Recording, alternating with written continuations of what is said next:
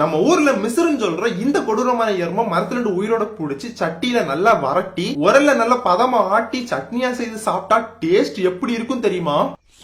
வேற லெவலுங்க.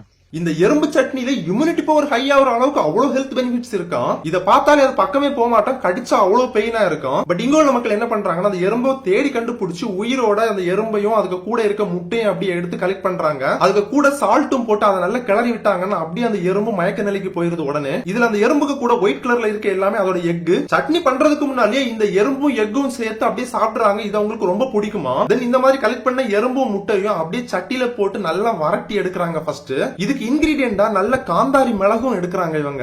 அதையும் வத்தலையும் போட்டு நல்ல சட்டியில வரட்டி தென் சட்னி அரைக்க தேவையான இன்கிரீடியன்ஸ் பிளஸ் தேங்காய் எல்லாம் போட்டு நல்லா வரட்டி எடுத்துறாங்க. இதை அப்படியே எடுத்து உரல்ல போட்டு ஆட்டுன்னு ஆட்டி எடுத்தா எறும்பு சட்னி ரெடிங்க. இந்த சட்னியை நானும் ஃப்ரெண்டு டேஸ்ட் பண்ணியிருந்தா நல்ல புளிப்பாட்டு ஒரு மாதிரி இருந்துச்சு. இந்த எறும்பு சட்னியை நல்ல சாதத்துக்கு கூட போட்டு நல்லா பிசைஞ்சு வேற அடிக்கிறாங்க. இந்த எறும்பு சட்னியை சித்தி ட்ரைப்ஸ் சொல்ற இவங்க ரொம்ப லைக் பண்ணி சாப்பிடுறாங்க. இவங்க ஆப்பிரிக்கால இருந்து கர்நாடகால இருக்க ஏலப்பூர்னு சொல்ற ஒரு காட்டுக்குள்ளால வந்து வாழ்ந்துட்டு இருக்காங்க. இந்த சித்தி ட்ரைப்ஸ் மட்டும் இல்லாம நிறைய பேர் இந்த எறும்பை சட்னியா செய்து சாப்பிடுறாங்க. நீங்க இந்த எறும்பு சட்னி சாப்பிட்டிருக்கீங்க அப்படின்னா மறக்காம கமெண்ட் பண்ணிக்கோங்க. பாய்.